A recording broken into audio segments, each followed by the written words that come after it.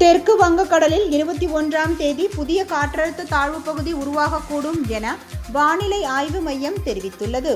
இது தொடர்பாக சென்னை வானிலை ஆய்வு மையம் வெளியிட்டுள்ள அறிக்கையில், தெற்கு அந்தமான் மற்றும் அதனையொட்டிய தென்கிழக்கு வங்கக்கடல் பகுதிகளில் ஒரு வளிமண்டல கீழடுக்கு சுழற்சி நிலவுகிறது எனவும், இதன் காரணமாக வரும் 23ஆம் தேதி காற்றழுத்த தாழ்வு பகுதி உருவாகக்கூடும் என கணக்கிடப்பட்டிருப்பதாகவும் கூறப்பட்டுள்ளது.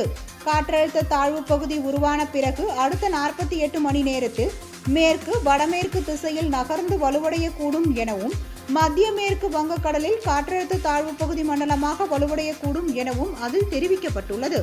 மேற்கு வடகிழக்கு பருவமழை தீவிரமடைய தொடங்கியுள்ள நிலையில் சென்னை, காஞ்சிபுரம், திருவள்ளூர், கடலூர், செங்கல்பட்டு, புதுக்கோட்டை, தஞ்சாவூர், திருவாரூர், அரியலூர், தர்மபுரி, திண்டுக்கல், நாமக்கல், நாகை, ராணிப்பேட்டை, திருவண்ணாமலை, சேலம் உள்ளிட்ட மாவட்டங்களில் மழைக்கு வாய்ப்புள்ளதாகவும் சென்னை வானிலை ஆய்வு மையம் தெரிவித்துள்ளது.